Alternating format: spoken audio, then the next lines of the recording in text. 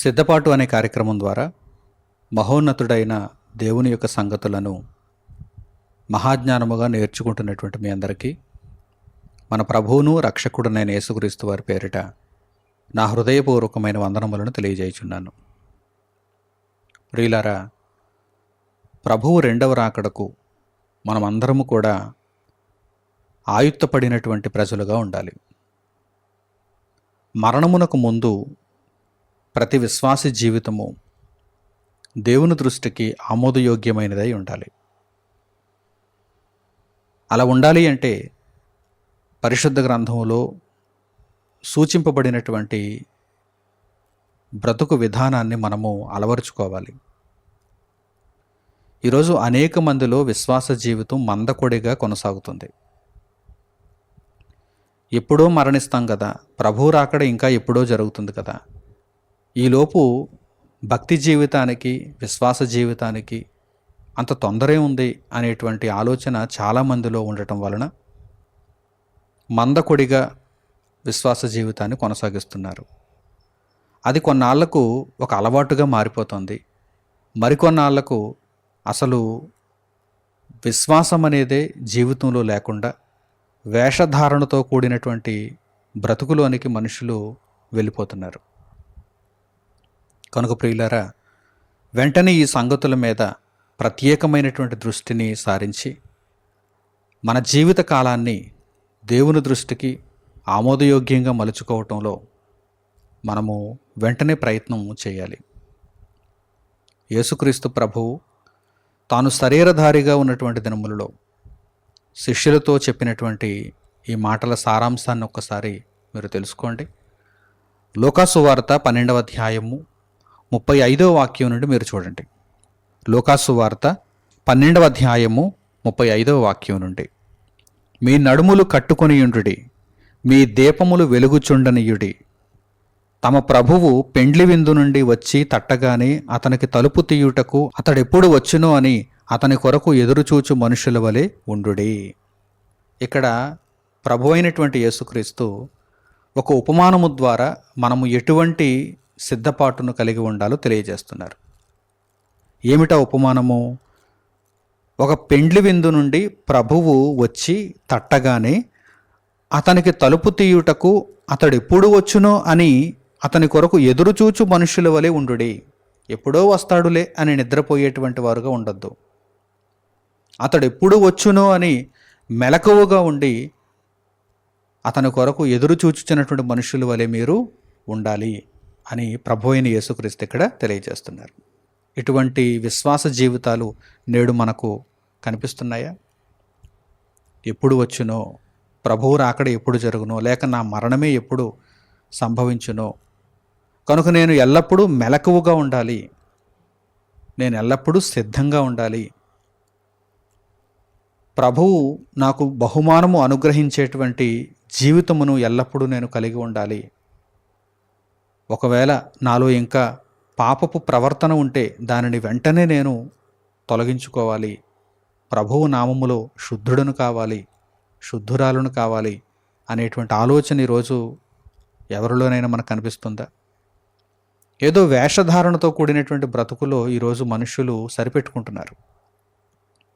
ఆలయానికి వెళ్ళి చెప్పింది విని తోచిందిచ్చి ఇంటికి వచ్చేస్తే అదే భక్తి అనుకుంటున్నారు. ఆ భక్తి అసలు దేవుని దగ్గర సరిపోతావు. ఎటువంటి భక్తి ఉండాలంటే మనము నిత్యము కూడా పరీక్షించుకుంటూ ఉండాలి. నేను దేవుని త్రాసులో సరితూగుతున్నానా? దేవుడు చెప్పినట్టుగా నేను జీవిస్తున్నానా? ఇంకా ఏమైనా నాలో లోపాలు ఉండిపోయాయా అని అనునిత్యము కూడా భయముతో మనలను మనమే పరీక్షించుకుంటూ ఉండాలి. ఇటువంటి జీవితమునే దేవుడు మెలకువ కలిగినటువంటి జీవితం అంటున్నాడు. మెలకువతో మీరుండాలి. చూడండి, క్రింది మాటలు కూడా చూడండి.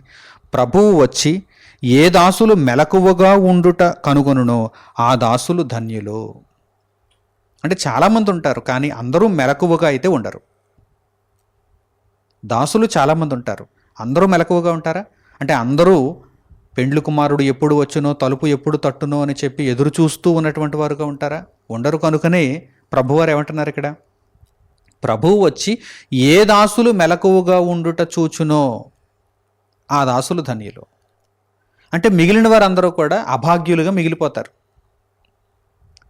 వారు పరలోకాన్ని స్వతంత్రించుకోలేరు, వేషధారులుగా మాత్రమే కనిపిస్తారు. పైకి భక్తి, అలంకారప్రాయమైనటువంటి భక్తి, అంతే తప్ప దాని శక్తిని ఆశ్రయించని వారుగా ఉండిపోతారు. అటువంటి భక్తి ఏమైనా మీలో ఉందా? ఆ నామకార్థ భక్తితో ఏమైనా మీరు కొనసాగుతున్నారా? అయితే బహుపరాగ్, జాగ్రత్త, మీరు మోసపోతున్నారు. భక్తిలో ఉన్నాము కదా అని మిమ్మల్ని మీరే సముదాయించుకుంటూ మోసపోతున్నారు. ఆ భక్తి దేవుని యొక్క సన్నిధిలో సరిపోదు. మీరు ఎప్పటికప్పుడు పరీక్షించుకుంటూ ఉండాలి, నిత్య భయంతో ఉండాలి దేవుని దగ్గర. దేవుని దగ్గర ఎప్పుడు కూడా నిత్య భయంతో ఉండాలి. తండ్రి, నేను నీ త్రాసులో సరితూగుతున్నానా లేదా, నీవు కోరుకున్నటువంటి నీతి నాలో కనిపించుచున్నదా లేదా అని ఎల్లప్పుడూ మనము భయభక్తులతో మనలను మనమే దేవుని వాక్యముతో సరిచూచుకుంటూ బ్రతకాలి. అదే మెలకువ కలిగినటువంటి జీవితం. మెలకువతో ఉండుటానగానే ఏదో రాత్రివేళ నిద్రపోకూడదు అని దేవుడు చెప్పినట్టు కాదు. ఇక్కడ ఒక రూపకాలంకారంలో ప్రభువు వారు తెలియజేస్తున్నారు. రూపకాలంకారంలో మెలకువగా ఉండుట అనగానే అలర్ట్గా ఉండుట అంటే ఏమాత్రం నిద్రావస్థతో మీరు ఉండకూడదు. మీ జీవితాలను పరిశుద్ధపరచుకోవాలి, నీతి మార్గంలో నడిపించుకోవాలి. ఏమైనా లోపములుంటే వెంటనే ప్రభువు సహాయమును పొంది సరిదిద్దుకోవాలి. దేవుని చిత్తమును చక్కగా నెరవేర్చుకోవాలి. మీరు ధన్యుల వలె మారిపోవాలి. చూడండి, ప్రభువు వచ్చి ఏ దాసులు మెలకువగా ఉండుట కనుగొనునో ఆ దాసులు ధన్యులు. అతడు నడుము కట్టుకొని వారిని భోజన పంక్తిని కూర్చుండబెట్టి తానే వచ్చి వారికి ఉపచారము చేయునని మీతో నిశ్చయముగా చెప్పుచున్నాను. ఆ దాసులు ధన్యులు, మెలకువగా ఉన్నటువంటి దాసులు ధన్యులు. అటువంటి వారు మంచి ప్రతిఫలాన్ని పొందుతారు. ప్రభువు తానే వచ్చి వారికి ఉపచారము చేయునని మీతో నిశ్చయముగా చెప్పుచున్నాను అంటున్నారు యేసుక్రీస్తు వారు. కనుక ప్రియులారా, ఏమాత్రము నిద్రావస్థతో కూడినటువంటి భక్తి ఇక్కడ పనిచేయదు. నేను భక్తిలోనే ఉన్నాను కదా, ఆదివారం వచ్చేసరికి చర్చికి వెళ్తున్నాను, ఎంతో కొంత కానుక ఇచ్చేస్తున్నాను, తర్వాత నేను చక్కగా నా బ్రతుకులో సుఖవంతమైనటువంటి జీవితాన్ని నేను పొందుతున్నాను. మరి ఇక్కడ నేను అంతగా బాధపడవలసినటువంటి పరిస్థితి ఏమైనా ఉందా, ఆందోళన చెందవలసినటువంటి పరిస్థితి ఏమైనా ఉందా అని అంటే, ఇదిగో దేవుడు అంటున్నాడు, మిమ్మల్ని మీరు నిత్యము పరీక్షించుకుంటూ ఉండాలి. ప్రతిరోజు కూడా మిమ్మల్ని మీరు పరీక్షించుకుంటూ ఉండాలి. నాలో ప్రార్థనా జీవితం ఉందా? నేను వాక్యమును చక్కగా నేర్చుకుంటున్నానా? ప్రతిరోజు నేను వాక్యాన్ని వింటున్నానా? విన్న వాక్యం ప్రకారం నడుచుకుంటున్నానా? అనేకులకు వాక్యమును చేరువ చేయటానికి దేవుని పనిని నేను చేయగలుగుతున్నానా?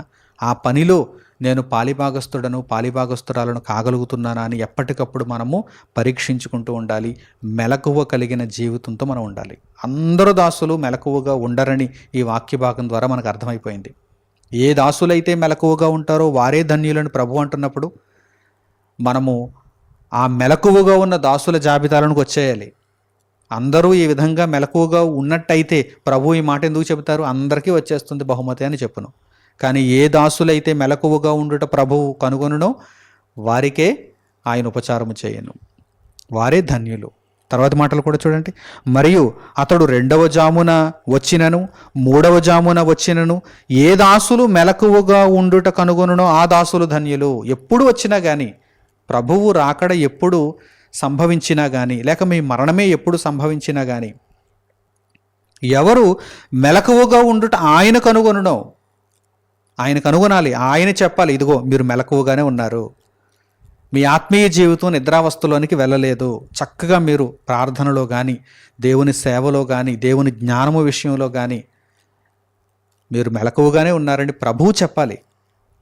కనుక ఏ దాసులు మెలకువగా ఉండుట కనుగొనునో ఆ దాసులు ధన్యులు. దొంగ ఏ గడియను వచ్చునో ఇంటి యజమానునికి తెలిసిన ఎడల అతడు మెలకువగా ఉండి తన ఇంటికి కన్నము వెయ్యనియడని తెలుసుకొనడి. మీరు అనుకొనని గడియలో మనుష్య కుమారుడు వచ్చును గనుక మీరును సిద్ధముగా ఉండుడని చెప్పెను. మనుష్య కుమారుని రాకైనా మన మరణమైనా మనము అనుకొనని గడియలోనే వచ్చును. మనం అనుకున్నప్పుడు రాదు. ఏమండి, మనం అనుకున్నప్పుడైతే జరగదు. ఇదిగో ఫలానా తేదీన ప్రభు రాకడ జరిగిపోతుందని మీరు ముందుగా అనుకుంటే జరిగిపోయే కార్యక్రమం కాదది. అప్పటికి సిద్ధపడిపోవడానికి, అప్పటికి మెలకువగా ఉండడానికి ముందుగా మనం అనుకున్నటువంటి కాలములో, గడియలో యేసుక్రీస్తు ప్రభువారు వచ్చేటువంటి సందర్భం ఇక్కడ లేనే లేదు. చాలా స్పష్టముగా తెలియచేయబడింది. మీరు అనుకొనని గడియలో ఆయన వస్తాడు. 2వ జామున వస్తాడు, 3వ జామున వస్తాడు. అంటే అర్థం ఏంటి? ఎప్పుడైనా ఆయన రావచ్చు. ఏ సమయములో ఆయన యొక్క ఆగమనము జరిగినా కానీ ఆ సమయమునకు మీరు మెలకువ కలిగినటువంటి జీవితాన్ని మీరు కలిగి ఉండాలి. ప్రభువు కనుగొనాలి. మీలో మెలకువతో కూడినటువంటి జీవితాన్ని ఆయన కనుగొనాలి. అప్పుడు మీరు ధన్యులవుతారు. అప్పుడు మీరు బహుమానమునకు పాత్రులవుతారు.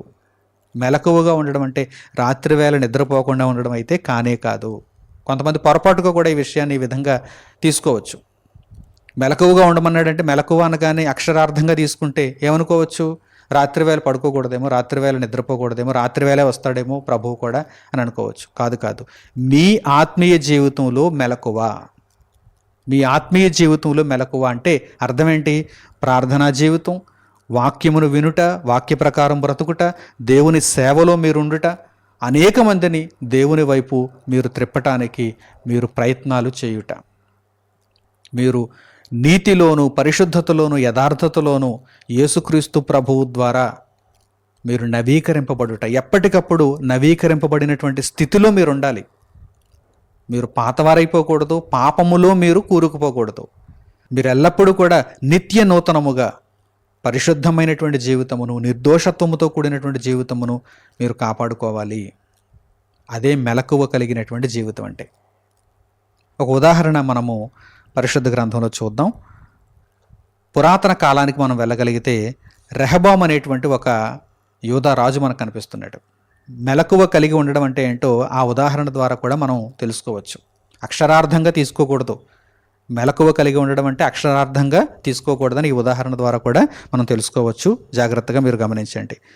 సొలొమోను కుమారుడైనటువంటి రెహబాము అనేటువంటి వ్యక్తి యూదులను పరిపాలించాడు. ఈ రెహబాముకు చాలామంది భార్యలు ఉన్నారు, చాలామంది కుమారులు ఉన్నారు. అయితే తన భార్యలలో అతనికి అబ్షాలోము కుమార్తె అనగా చాలా ఇష్టం. తాను వివాహమాడినటువంటి అనేక మంది భార్యలలో, ఉపపత్నులలో అబ్షాలోము కుమార్తె అనగానే ఆయనకు చాలా ఇష్టం. ఆమె కుమారుడు అబియాము, అతనిని రాజుగా చేయాలని అతడు నిర్ణయించుకున్నాడు. అయితే అతనికి ఇంకా చాలామంది పిల్లలు ఉన్నారు, చాలామంది కుమారులు ఉన్నారు. వారి విషయంలో అతడు మెలకువగా ఉన్నాడు అని పరిశుద్ధ గ్రంథంలో మనకు కనిపిస్తుంది. మెలకువగా ఉండడం అంటే అర్థం ఏంటి? రెహబాము రాత్రులు పడుకోలేదనా? కాదు. చూడండి, ఈ వాక్య భాగాన్ని మీరు గమనిస్తే మీకు అర్థమవుతుంది. మెలకువగా ఉండడం అంటే ఏంటో మీకు అర్థమవుతుంది. దినవృత్తాంతములు 2వ గ్రంథము 11వ అధ్యాయము 23వ వాక్యాన్ని మీరు చూడండి. దినవృత్తాంతములు 2వ గ్రంథము 11వ అధ్యాయము 23వ వాక్యం. అతడు మంచి మెలకువ గలవాడై, రెహబాము మంచి మెలకువ గలవాడై ఏం చేశాడు? తన కుమారులలో శేషించిన వారిని, అంటే తాను మిక్కిలిగా ప్రేమించినటువంటి అబ్షాలోము కుమార్తె అయినటువంటి మైకా యొక్క కుమారుడైన అబీయాను అతడు రాజుగా చేద్దాం అనుకున్నాడు. అయితే మిగిలినటువంటి కుమారులు, ఇంకా అతనికి చాలామంది భార్యలు ఉన్నారు, చాలామంది ఉపపత్నులు ఉన్నారు, వారి ద్వారా కలిగినటువంటి కుమారులు ఉన్నారు కనుక ఈ అబీయాను రాజుగా చేస్తే మరి మిగిలిన వారి విషయం ఏంటి? మిగిలిన వారి విషయంలో కూడా అతడు ఏం చేశాడో చూడండి. అతడు మంచి మెలకువ గలవాడై తన కుమారులలో శేషించిన వారిని యోధా, బెన్యామీను సంబంధములైన ఆయా ప్రదేశములలోని ఆయా ప్రాకార పురములయందు అధిపతులుగా నియమించి వారికి విస్తారమైన సొత్తు ఇచ్చి వారికి పెండ్లిండ్లు చేసెను. అంటే అతని యొక్క కుమారుల విషయంలో అతడు చాలా మెలకువతో ఉన్నాడు, చాలా మెలకువతో ఉన్నాడు అని మనకు అర్థమవుతుంది. మెలకువతో ఉన్నాడంటే అర్థం ఏంటి? రాత్రులు నిద్రపోలేదని కాదు, అలర్ట్గా ఉన్నాడని అర్థం.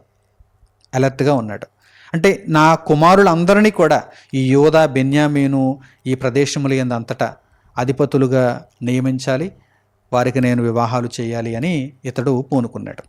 అంటే మీకు ఆ మాటకు అర్థం తెలుస్తుందని ఈ సందర్భం దగ్గరకు తీసుకుని వచ్చాను. మంచి మెలకువ కలవాడై అంటే తన బాధ్యతను గుర్తెరిగాడు. ఒక తండ్రిగా తన యొక్క కుమారుల పట్ల తన బాధ్యతను తెలుసుకున్నాడు అని మనకు అక్కడ అర్థమవుతుంది కదా. అలాగే ఇప్పుడు మనము మెలకువ కలిగి ప్రభువు రాకడ కొరకు మన జీవితాలను ఆయుత్తం చేసుకోవాలంటే అర్థం ఏంటి? మన బాధ్యతను మనము ఎల్లప్పుడూ కూడా గుర్తెరగాలి. మంచి మెలకువ కలిగిన వారముగా మనం ఉండాలి. అంటే మన బాధ్యతను ఎల్లప్పుడూ మనము గుర్తు చేసుకుంటూ దానిని మనము అమలు చేసుకుంటూ ఉండాలి. ఏమిటి మన బాధ్యత? ఏమిటి మన బాధ్యత? మన జీవితం పాప పంకిలమై మరలా చీకటిలోనికి వెళ్ళిపోకూడదు. కనుక కాపాడుకుంటూ ఉండాలి. మన జీవితాన్ని కాపాడుకుంటూ ఉండాలి. పరిశుద్ధతలో, నిర్దోషత్వములో క్రీస్తు ప్రభువు నామమందు మనము చక్కగా నిలబడిన వారముగా ఉండాలి. మనము కాపాడబడాలంటే దేవుని వాక్యాన్ని వినాలి, దేవుని వాక్యాన్ని నేర్చుకోవాలి, ప్రార్థనా జీవితాన్ని కలిగి ఉండాలి, దేవుని సహాయాన్ని ఎల్లప్పుడూ మనం అడుగుతూ ఉండాలి. అలాగే మనము కాపాడబడుతూ ఇతరులను కూడా రక్షించటానికి మనం ప్రయత్నాలు చేయాలి. అనేక మందిని చీకటిలో నుండి ఆశ్చర్యకరమైన క్రీస్తు వెలుగులోనికి తీసుకుని వచ్చేటువంటి ప్రయత్నాలను మనం చేయాలి. ఈ బాధ్యతను ఎల్లప్పుడూ మనం గుర్తు చేసుకుంటూ ఉండాలి. ఈ బాధ్యతను నెరవేర్చుకుంటూ ఉండాలి. అట్టివారు మెలకువ కలిగిన వారు, క్రీస్తునందు మెలకువ కలిగిన వారు అని అర్థం. ఎవరైతే అటువంటి మెలకువ కలిగినటువంటి దాసులుగా బ్రతుకుతారో వారే ధన్యులు. వారే నిత్యత్వానికి అంగీకరింపబడతారు. మీలో ఎవరైనా నిద్రావస్థతో కూడినటువంటి జీవితాలను కలిగి ఉన్నారా? అంటే ప్రార్థన లేదు, వాక్యం వినడం లేదు, వాక్యాన్ని నేర్చుకోవడం లేదు, వాక్యాన్ని అనేకులకు చేరువ చేయడం లేదు, ఇవేవీ లేవు. ఏదో అలంకారప్రాయంగా నేను బ్రతుకుతున్నాను అనేటువంటి బ్రతుకులు ఏమైనా ఉన్నారా? అయితే మీరు వెంటనే జాగ్రత్త పడాలి. ఎమర్జెన్సీ కండిషన్లో ఉన్నారని అర్థం. Emergency situation. మీరు వెంటనే జాగ్రత్త తీసుకోవాలి. మీ బాధ్యతను గుర్తెరగాలి. ఇదేమిటి? నేను పాపంలో ఉండకూడదు, నేను వెంటనే పవిత్రతలోనికి వెళ్ళిపోవాలి. ప్రభువు రాకడకు ముందు నన్ను నేను క్రీస్తు యేసు నామములో పరిశుద్ధుడనుగా, నిర్దోషిగా మార్చుకోవాలి. దేవుని కృపను పొంది నేను చక్కగా దేవుని మార్గంలో నడుచుకోవాలి. అలాగే అనేక మంది ఇతరులను కూడా రక్షించటానికి నేను ప్రయత్నాలు చేయాలి. దేవుని సేవా కార్యక్రమాలలో నేను పాలిభాగస్తురాలనుగా ఉండాలి అని మీరు చక్కగా మీ యొక్క కర్తవ్యమును గుర్తెరిగితే, మీ బాధ్యతను తెలుసుకుంటే మీరు మెలకువ కలిగిన వారుగా ప్రభువు దృష్టి కనిపిస్తారు. ప్రభువు ఏ జామున వచ్చినను, అంటే ప్రభువు రెండవ రాకడలో ఎప్పుడు వచ్చినా కానీ మనము ఈ విధంగా మెలకువ కలిగిన వారముగా ఉన్నప్పుడు చక్కగా పరలోకానికి ఆహ్వానింపబడతాం. లేదు అప్పటికప్పుడు సర్దుకుందామంటే సమయం ఉండదు. ఎందుకంటే ఏ సమయమున ఆయన వచ్చినో మనకు తెలియదు. గుర్రుపెట్టి నిద్రపోతూ ఉంటాం. అంటే నిద్రావస్థతో కూడినటువంటి జీవితంలో ఉంటాం. కనుక అటువంటి పరిస్థితులలో నాశనమే తప్ప నిత్య జీవాన్ని స్వతంత్రించుకోవడం అనేది జరగదు. కనుక ఎల్లప్పుడూ మనలను మనం పరీక్షించుకుంటూ మనము మెలకువ కలిగిన జీవితాలతో ఉండాలి. ఈ విషయాన్ని గురించి పౌలు గారు తన పత్రికలలో పేర్కొన్నారు, పేతురు గారు తన పత్రికలలో పేర్కొన్నారు. ఈ విషయాలను కొన్నిటిని మనము ఉదాహరణలుగా చూద్దాం. ముందుగా అపోస్తలుల కార్యముల దగ్గరకు మనం వెళ్ళగలిగితే పౌలు గారు మెలకువగా ఉండమని తాను వాక్యము నేర్పించినటువంటి అనేక మంది శిష్యులకు తెలియజేస్తున్నట్టు మనకి ఇక్కడ కనిపిస్తుంది. అపోస్తలుల కార్యములు 20వ అధ్యాయము 28వ వాక్యం నుండి మీరు చూడండి. అపోస్తలుల కార్యములు 20వ అధ్యాయము 28వ వాక్యం నుండి, దేవుడు తన స్వరక్తమిచ్చి సంపాదించిన తన సంఘమును కాయుటకు పరిశుద్ధాత్మ మిమ్మును దేనియందు అధ్యక్షులనుగా ఉంచెనో ఆ యావత్తు మందను గూర్చియు మీ మట్టుకు మిమ్మును గూర్చియు జాగ్రత్తగా ఉండుడి. పౌలు గారు ఇక్కడ ఈ జాగ్రత్తను తెలియజేస్తున్నారు. Be careful, be alert. ఆ సంఘము విషయంలోనూ మీ విషయంలోనూ, మీ మట్టుకు మీ విషయంలోనూ జాగ్రత్తగా ఉండండి. ఎందుకు జాగ్రత్తగా ఉండాలి? చూడండి, నేను వెళ్ళిపోయిన తరువాత క్రూరమైన తోడేళ్ళు మీలో ప్రవేశించునని నాకు తెలియను. వారు మందను కనికరింపరు, మరియు శిష్యులను తమ వెంట ఈడ్చుకొని పోవలెనని వంకర మాటలు పలుకు మనుష్యులు మీలోని బయలుదేరుదురు. అనేక మంది క్రూరమైన తోడేళ్ళ వంటి మనుషులు పుడతారు, వారు బయలుదేరతారు. వారు శిష్యులను తమ వెంట ఈడ్చుకుని పోవాలనని వంకర మాటలు చెబుతారు. ఇటువంటి వారి విషయంలో కూడా మీరు ఎలా ఉండాలి? అలర్ట్గా ఉండాలి, మెలకువగా ఉండాలి. తప్పుడు బోధలు మరలా సంఘంలో ప్రవేశించేటువంటి అవకాశం లేకపోలేదు. ఎవరో ఒకరి ద్వారా మరలా వంకర టింకర బోధలు సంఘంలోనికి వచ్చేటువంటి అవకాశం ఉంది. సరిగ్గా సరైనటువంటి తిన్నని దారిలో దేవుని పిల్లలు నడుచుకుంటున్నప్పుడు అపవాది అయిన వాడు ఊరుకుంటాడా? వాడి అనుచరులను మరలా వదులుతాడు, సంఘంలోనికి వదులుతాడు, పంపిస్తాడు. అలా వారు వచ్చి వంకర మాటలు చెప్పి శిష్యులను మరలా తమ వెంట ఈడ్చుకుని పోవాలని వారు చాలా ప్రయత్నాలు చేస్తారు. కనుక అటువంటి వారి విషయంలో, ఈ తప్పుడు బోధల విషయంలో, దొంగ బోధల విషయంలో, ఈ వంకర టింకర బోధల విషయంలో మీరు జాగ్రత్తగా ఉండండి. అలా జాగ్రత్తగా ఉండడమే మెలకువగా ఉండడం. మీ ఆత్మీయ జీవితాన్ని మీరు కాపాడుకుంటూ ఉండాలి. అలాగే సంఘముగా కూడుకుంటున్నటువంటి వారిని కూడా మీరు కాపాడుతూ ఉండాలి. చూడండి, ఆ మాటలు రాయబడ్డాయి చూడండి. కావున నేను 3 సంవత్సరములు రాత్రింబగళ్ళు కన్నీళ్లు విడుచుచు ప్రతి మనుష్యునికి మానక బుద్ధి చెప్పితనని మీరు జ్ఞాపకము చేసుకుని మెలకువగా ఉండుడి. పౌలు గారికి ఎంత తీవ్రమైనటువంటి పట్టుదల ఉందో చూడండి. 3 సంవత్సరములు కన్నీళ్లు విడుచుచు నేను మానక ప్రతి మనుషునికి మానక బుద్ధి చెప్పితనని మీరు జ్ఞాపకము చేసుకుని మెలకువగా ఉండుడి. జాగ్రత్తగా ఉండడం అంటే మెలకువగా ఉండడం. మీకు అర్థమవుతుందా? కనుక దొంగ బోధల విషయంలో కూడా మీరు అలర్ట్గా ఉండాలి. మేము చక్కగా దేవుని వాక్యాన్ని వింటున్నాం, నేర్చుకుంటున్నాం, భక్తి జీవితాన్ని కొనసాగించుకుంటున్నాం అని ఆదమరిచి ఉంటే అక్కడ మరల మీరు ప్రమాదంలో పడిపోయినట్టే. ఆదమరిచి ఉండకూడదు, ఎప్పటికప్పుడు అలర్ట్గా ఉండాలి. అపవాది అయిన వాడు ఎవరో ఒకరి ద్వారా మరలా దొంగ బోధను, తప్పుడు బోధను సంఘంలో ప్రవేశపెట్టడానికి ప్రయత్నాలు చేస్తున్నాడా? అయితే నేను అట్టి వారి విషయంలో ఎల్లప్పుడూ కూడా వారికి బుద్ధి చెప్పటానికి, వారిని తరిమేయడానికి నేను మెలకువగా ఉండాలి అనేటువంటి ఆలోచనను మనం కలిగి ఉండాలి. కనుక ప్రియులారా, మెలకువగా ఉండడం అనేది ఎంత ఆవశ్యకమైనటువంటి విషయమో మీరు గమనించండి. మన భక్తి జీవితాన్ని కాపాడుకుంటూ అనేకుల భక్తి జీవితాలను మనము కాపాడడానికి అవకాశం ఉంటుంది. అదే నిద్రావస్థలోనికి వెళ్ళిపోతే మనము నాశనం అయిపోతాం, అలాగే మన చుట్టూ ఉన్నటువంటి సంఘపు వారు కూడా నాశనం అయిపోయేటువంటి ప్రమాదం ఉంది. కనుక జాగ్రత్త చెబుతున్నారు ఇక్కడ పౌలు గారు. అలాగే కొరింథీయులకు పౌలు గారు రాసినటువంటి మొదటి పత్రిక 16వ అధ్యాయము 13వ వాక్యం నుండి చూడండి.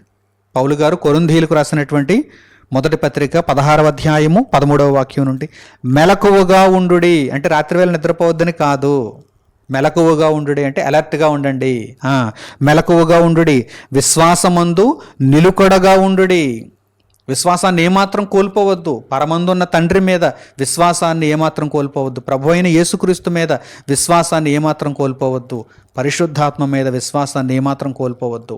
పరిశుద్ధాత్మలో మీరు కొనసాగాలి. మెలకువగా ఉండుడి, విశ్వాసమందు నిలుకడగా ఉండుడి, పౌరుషము గలవారై ఉండుడి. సత్యము నిమిత్తం ఎల్లప్పుడూ కూడా మనం ఎలా ఉండాలండి? పౌరుషము గలవారై ఉండాలి. అంతే తప్ప రాజీ పడిపోకూడదు. అవునండి, మీరు చెప్పిందే నిజమండి అని అబద్ధాన్ని కూడా కొన్ని పరిస్థితులకు లొంగిపోయి మనము మన్నించటానికి వీలు లేదు.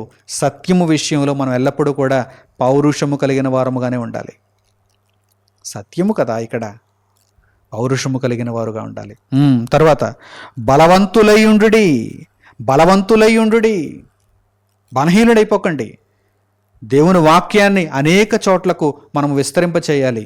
అనేక మందిలో దేవుని వాక్యాన్ని సుస్థిరం చేయాలి. ఎంత కష్టమైనా మనము ఈ కార్యక్రమాన్ని కొనసాగించాల్సిందే. బలవంతులై ఉండుడి, అందులోనేనండి మన బలం తెలుస్తుంది. బలవంతులై ఉండుడి అని దేవుడు కోరుకుంటున్నాడంటే మనం ఎలా ఉండాలని ఆయన ఆశిస్తున్నాడు? దేవుని సువార్త కార్యక్రమాలను అనేకమైన వాటిని మనం చేయాలని ఆయన కోరుకుంటున్నాడు. అలా చేయుచున్నవారు బలవంతులు. దేవుని దృష్టికి బలవంతులు ఎవరు? మరలా ఇక్కడ ఈ మాటను అక్షరార్థంగా తీసుకోకూడదు. బలవంతులు అంటే కండలు బాగా పెంచాలండి, మంచి ఆహారాన్ని మనం సరైనటువంటి పాలలో తీసుకుంటూ ఎక్సర్సైజులు చేస్తూ ఈ కండలు మనం జాగ్రత్తగా బలంగా పెంచాలండి, అప్పుడు దేవుడు మనలను బలవంతులు అంటాడండి అని అనుకోకండి. మెలకువగా ఉండాలి అని దేవుడు చెబుతున్నాడంటే మీరు అలర్ట్గా ఉండాలని అర్థం, మీరు జాగ్రత్తగా ఉండాలని అర్థం. అలాగే బలవంతులుగా ఉండాలి అని దేవుడు అంటున్నాడంటే దేవుని కొరకు బలమైన కార్యాలను మీరు చేయాలి. అనేకులకు దేవుని వాక్యాన్ని నేర్పించడానికి కష్టమైనా సరే దేవుని సహాయం మీకు దొరుకుతుంది, తప్పనిసరిగా దొరుకుతుంది. మీరు ముందు మనసునందు అటువంటి ఉత్సాహాన్ని కలిగి ఉన్నారా? దేవుని కొరకు ఈ కార్యక్రమం చేద్దాం, ఆ కార్యక్రమం చేద్దాం, అనేకులను నిలబెడదాం, యవనస్తులను దేవుని మార్గంలో నడిపిద్దాం. ఇదిగో స్త్రీలు, పురుషులు, వృద్ధులు, చిన్నపిల్లలు వీరందరినీ కూడా దేవుని మార్గంలో నడిపిద్దాం. మనుషులకు కావలసినటువంటి ఆత్మీయ ఆహారాన్ని అనుదినము అందచేద్దాం అనేటువంటి కార్యక్రమాలలో మీరు ముందుకు కొనసాగాలి. మంచి ప్రణాళికలు రచించాలి. దేవుని యొక్క పనులను ముందుకు కొనసాగించాలి. మీరు బలవంతులుగా ఉండాలని దేవుడు కోరుకుంటున్నాడు. బలహీనులుగా మారద్దు. బలహీనులు అయ్యేటువంటి వారు దేవునికి పనికిరాని వారే. బలహీనులు ఏం పనికొస్తారు చెప్పండి? బలహీనమైనవి ఎందుకు పనికొస్తాయి చెప్పండి? కనుక మనం బలహీనంగా ఉండడానికి వీలు లేదు. పౌరుషంతో ఉండాలి, బలవంతులుగా ఉండాలి, మెలకువగా ఉండాలి, విశ్వాసమందు నిలుకడగా ఉండాలి. ఆ తర్వాత మీరు చేయు కార్యములన్నీ ప్రేమతో చేయుడి. ఇవన్నీ కూడా, ఈ కార్యక్రమాలన్నీ కూడా, దేవునికి సంబంధమైనటువంటి కార్యక్రమాలన్నింటినీ కూడా మనం ఎలా చేస్తాం? ప్రేమతోనే చేయాలి. అంతే తప్ప ఒకరి మీద పగతో, ఒకరి మీద కక్షతో మనం దేవుని కార్యక్రమాలు చేయటానికి వీలు లేదు. ప్రేమతోనే. ఆ ప్రేమ అనగా ఏమిటి? వారిని అగ్నిలో నుండి లాగినట్టుగా రక్షించడమే కదా, వారిని సాతాను బంధకములలో నుండి విడిపించడమే కదా. అదే ప్రేమ అంటే. ఆ ప్రేమతో మనుష్యులను దేవుని మార్గంలో మనం నడిపించాలి. ఈ విషయాలన్నింటిలో కూడా మనము మెలకువగా ఉండాలి, అలర్ట్గా ఉండాలి. అలాగే పేతురు గారు కూడా తన పత్రికలో ఈ విషయాన్ని గురించి తెలియజేస్తున్నారు. ఆ మాటలను కూడా ఇప్పుడు మనం చూద్దాం. పేతురు గారు వ్రాసినటువంటి మొదటి పత్రిక ముందుగా 4వ అధ్యాయము 7వ వాక్యాన్ని చూడండి. ఆ తర్వాత 5వ అధ్యాయము 8వ వాక్యాన్ని కూడా చూడండి. ముందుగా పేతురు గారు వ్రాసినటువంటి మొదటి పత్రిక 4వ అధ్యాయము 7వ వాక్యం. అయితే అన్నిటి అంతము సమీపమై ఉన్నది. మనం ఇంకా ప్రారంభంలో లేము, ఆదికాండంలో లేము, మనం చివరికి వచ్చేసాం, ముగింపుకు వచ్చిన కాలంలో మనం ప్రవేశపెట్టబడ్డాం. మనము ఆదాము గారి తరంలోనో, లేకపోతే అబ్రహాము గారి తరంలోనో, మోషే గారి తరంలోనో లేము. ఎక్కడున్నాం? యేసుక్రీస్తు ప్రభు శరీరధారిగా వచ్చిన తరువాతి కాలంలో ఉన్నాం మనం. అంటే చివరికి వచ్చేసాం. అయితే అన్నిటి అంతము సమీపమై ఉన్నది కాగా, మరి ఇలా సమీపం అయిపోయినప్పుడు, అంతము సమీపం అయిపోయినప్పుడు మన యొక్క ప్రవర్తన ఎలా ఉండాలి చూడండి. కాగా మీరు స్వస్థ బుద్ధి గలవారై ప్రార్థనలు చేయుటకు మెలకువగా ఉండుడి. ప్రార్థనా జీవితాన్ని కోల్పోకండి. కొంతమందిలో నేను దేవుని పని చేస్తున్నాను కదా, ప్రార్థన ఎందుకులే అనుకుంటారు. మీ తండ్రితో మీరు మాట్లాడటం, దానిని ఎందుకులే అని అనుకోకూడదు. అనేక మంది మనుషులతో ప్రతిరోజు మాట్లాడాలనుకుంటారు. వారు మాట్లాడకపోతే ముఖాన్ని చిన్నబుచ్చుకుంటారు. మరి మీ తండ్రితో మీరు మాట్లాడొద్దా? మీ తండ్రికి మీ మనసులో ఉన్న భావాన్ని చెప్పుకోవద్దా? మీ తండ్రి కూడా మీ మాటలు వినాలని నిరంతరం ఆశపడుతూ ఉంటాడు కదా. కనుక నిత్యం తండ్రితో మాట్లాడటానికి, అనగా ప్రార్థన చేయటానికి మనము ఉపక్రమించాలి. ప్రార్థనా జీవితంలో మనం ఉండాలి. దానిని ఒక దినచర్యగా మనం చేసుకోవాలి, ఒక అలవాటుగా మార్చుకోవాలి. పరమందున్న తండ్రితో మనం మాట్లాడాలి. అలాగని వేషధారణతో కూడిన ప్రార్థన వద్దు. ఏదో దేవుడు ప్రార్థన చేయమంటున్నాడు కనుక, పరిశుద్ధ గ్రంథంలో అలా వ్రాయబడి ఉన్నది కనుక మొక్కుబడిగా ఒక ప్రార్థన చేసేసి వెళ్ళిపోదాం, పాఠం అప్పచెప్పేసి వెళ్ళిపోదాం అన్నట్టుగా కాదు. హృదయాంతరాలలో నుండి మీ మాటలు దేవుని సన్నిధికి వెళ్ళాలి. మీ భక్తి జీవితం ఈరోజు ఎలా కొనసాగుతోంది మీరు దేవునికి చెప్పాలి. ఒకవేళ ఎక్కడైనా తడబడ్డారా, తొట్టిల్లారా, మిమ్మల్ని లేవనెత్తమని దేవుని సహాయాన్ని మీరు పొందటానికి ప్రార్థించాలి. సాతాను శోధనల నుండి మిమ్మల్ని తప్పించమని కోరుకుంటూ ప్రార్థించాలి. అనేక సహోదరుల సోదరీమణుల బలహీనతల నిమిత్తము వారికి బలాన్నిమ్మని మీరు దేవునికి ప్రార్థించాలి. వారి యొక్క కష్టాలలో మీరు తండ్రిని ప్రార్థించి వారికి బాసటగా నిలవాలి. కనుక ప్రియులారా, ఈ విషయాలన్నింటినీ మీరు హృదయంలో మీరు భద్రపరుచుకుంటే, స్థిరపరుచుకుంటే తప్పకుండా ప్రార్థనా జీవితాన్ని కలిగి ఉంటారు. మెలకువతో ఉండండి, మెలకువగా ఉండి ప్రార్థన చేయండి అని పేతురు గారు ఇక్కడ తెలియజేస్తున్నారు. అలాగే మరొక వాక్య భాగం చూడండి. పేతురు గారు రాసినటువంటి మొదటి పత్రికలోనే 5వ అధ్యాయము 8వ వాక్యాన్ని చూడండి. 5వ అధ్యాయము 8వ వాక్యం. నిబ్బరమైన బుద్ధి గలవారై మెలకువగా ఉండుడి. ఇక్కడ ఎందుకు మెలకువగా ఉండమని చెబుతున్నారంటే, మీ విరోధి అయిన అపవాది గర్జించు సింహము వలె ఎవరిని మృంగుదునా అని వెదకుచు తిరుగుచున్నాడు. రక్షింపబడిన వారిని సైతము మరలా వాడు మృంగాలని ప్రయత్నం చేస్తున్నాడు, వెదుగుతున్నాడు. ఎవరు నాకు లొంగిపోతారని వెదకుచూ తిరుగుచున్నాడు. బలహీనులు ఎక్కడున్నారు? వారిని నేను వెంటనే నా వశం చేసుకోవాలని వాడు వెదకుచూ తిరుగుచున్నాడు. కనుక మీరు మెలకువగా ఉండండి. వాడిని గురించి మీకు ఇప్పుడు మాకు అర్థమైంది. వాడు వెదకుచూ తిరుగుచున్నాడని మీకు అర్థమైపోయింది. అంటే నేను ఎక్కడైనా బలహీనంగా ఉన్నానంటే వాడి వశం చేసేసుకుంటాడనేటువంటి విషయం మీకు అర్థమైంది. కనుక మీరు మెలకువగా ఉండాలి. బలహీనంగా ఉండటానికి వీలు లేనే లేదు. నిబ్బరమైన బుద్ధి, చంచలత్వంతో కూడినటువంటి బుద్ధి కాదు. ఒక రోజు ఇలా, ఒక పూట ఇలా, మరో రోజు అలా, మరో పూట అలా మీరు ఉండకూడదు. నిబ్బరమైన బుద్ధి. దేవుని వాక్యాన్ని మీరు విశ్వసించారంటే ఆ విశ్వాసంలో మీరు నిలబడిపోవాలి. నిబ్బరమైన బుద్ధి గలవారై మెలకువగా ఉండుడి. మెలకువగా ఉండుడు అంటే అలర్ట్నెస్. ఏ విధము చేతనైనను వాడు మిమ్మును వాడి వశం చేసుకోకుండా, అపవాది వశమును మీరు వెళ్ళిపోకుండా, వాడి బారిన పడకుండా మీరు వాడితో యుద్ధం చేస్తూ వాడిని యేసుక్రీస్తు పాదముల క్రింద పాదపీఠముగా చేసేటంత వరకు కూడా మీరు పోరాటం చేస్తూనే ఉండాలి. భక్తి జీవితాన్ని కొనసాగించుకుంటూనే ఉండాలి. కనుక నా ప్రియులైనటువంటి సహోదరి సహోదరులారా, దేవుడు ఇన్ని సూత్రాలను, ఇన్ని రహస్యాలను మనకు అనుగ్రహించాడు. మెలకువగా ఉండమంటున్నాడు, అంటే జాగ్రత్తగా ఉండమంటున్నాడు. ఏ విషయంలోనైనా సరే మీరు ఆదమరుపుగా ఉన్నారా, మిమ్మల్ని అపవాది అయిన వాడు మరలా వాడి మార్గంలోనూ తీసుకుని వెళ్ళిపోయేటువంటి ప్రమాదం పొంచి ఉంది. ఇప్పటికే ఒకవేళ నిద్రావస్థలోనికి వెళ్ళిపోయారని మీకే అర్థమైపోతుందా? కనుక వెంటనే మేల్కోండి.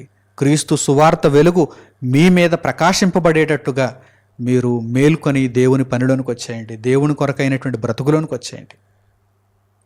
అలాగే మేల్కొని ఉండి దేవుని కొరకు బ్రతుకుతున్నారా, ఆ బ్రతుకును కాపాడుకుంటూ చివరి వరకు కూడా ఈ విధంగానే నేను మెలకువ కలిగినటువంటి జీవితాన్ని కలిగి ఉండాలని మంచి నిర్ణయాలను మీరు తీసుకోండి. ఈ దేవుని వాక్యము గొప్పగా మీ హృదయములలో ప్రతిఫలించాలని, మీరందరూ కూడా దేవుని కొరకు ఉన్నతముగా బ్రతికి చక్కని ప్రతిఫలాన్ని పొందేవారుగా ఉండాలని హృదయపూర్వకంగా కోరుకుంటూ ఈ సందేశమును ఇంతటితో నేను ముగిస్తున్నాను. తండ్రి అయిన దేవునికి ప్రార్థనలు ఏకీభవించండి. మహోన్నతుడును మహాపరిశుద్ధుడునైన మా కన్న తండ్రి, ఉన్నతమైనటువంటి మీ జ్ఞానవాక్కులను ఈ సందేశము ద్వారా మాకు అనుగ్రహించినందుకు మా హృదయపూర్వకమైన కృతజ్ఞతాస్తుతులను మీకు తెలియజేస్తున్నాము. దేవ, మెలకువ కలిగినటువంటి జీవితం ఎంత ఉన్నతమైనదో, ఎంత ఆవశ్యకమైనదో మీరు తెలియజేశారు. ప్రభువు ఏ సమయమున వచ్చునో మేము ఎరుగుము గనుక ఆయన వచ్చే సమయానికి మేము మెలకువ కలిగి ఉన్నవారముగా ఉండగలుగుటకు తండ్రి మా జీవితములను చక్కదిద్దుకునేటువంటి భాగ్యమును మీరు మాకు అనుగ్రహించారు. అందు నిమిత్తము మీకు కృతజ్ఞతాస్తుతులు తండ్రి. ఇంకను ఎందరైతే తండ్రి మీ మాటల సారాంశము ఇప్పటి వరకు తెలియక నిద్రావస్థలో ఉండిపోయారు, వారందరూ కూడా ఈ మాటలు విన్న తరువాత నాయన మేలుకొలుపు కలిగి ఉండుటకు ఉపక్రమిస్తున్నప్పుడు వారికి మీ కృపను దయచేయండి, మీ సహాయమును తోడుగా ఉంచండి. మేమందరము తండ్రి మెలకువ కలిగి ఉన్నవారమై అన్ని విషయములలో తండ్రి మేము జాగ్రత్త పడుతూ మా భక్తి జీవితాన్ని కాపాడుకుంటూ అనేకులను భక్తిలోనికి తీసుకుని వచ్చే ప్రయత్నాలు చేస్తూ తండ్రి ఉన్నతమైనటువంటి బహుమానమును పొందగలుగుటకు, నిత్యత్వపు లోకములో ప్రవేశించగలుగుటకు మమ్మల్ని దీవించమని మిమ్మల్ని కోరుకుంటూ మా ప్రార్థనా మనవులను మా ప్రభువును మా రక్షకుడునైన యేసుక్రీస్తు వారి పేరిట మిమ్మల్ని వేడుకొనిచున్నాము తండ్రి. ఆమేన్. అందరికీ వందనములు. సెలవు.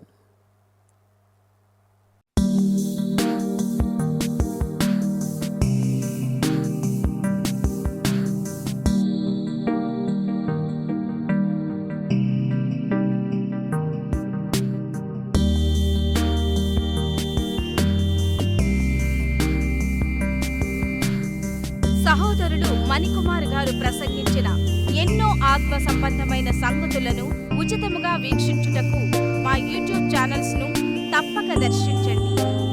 మా సమాచారమును ఎప్పటికప్పుడు తెలుసుకొని ఆత్మీయాభివృద్ధి నొందవలనంటే మా యూట్యూబ్ ఛానల్స్ ను సబ్స్క్రైబ్ చేసుకోండి. సత్వర నోటిఫికేషన్ల కొరకు సబ్స్క్రైబ్ బటన్ ప్రక్కనే ఉన్న బెల్ సింబల్ ను క్లిక్ చేయండి. మరిన్ని వివరములకు మీరు సంప్రదించవలసిన మా ఫోన్ నెంబర్స్ 8978414178 మరియు 83392766. ధన్యవాదములు. ఈ కార్యక్రమమును అనేక మందికి పరిచయం చేయగలరని ఆశిస్తున్నాము. ప్రభువైన యేసుక్రీస్తు పేరిట మీకు శుభములు.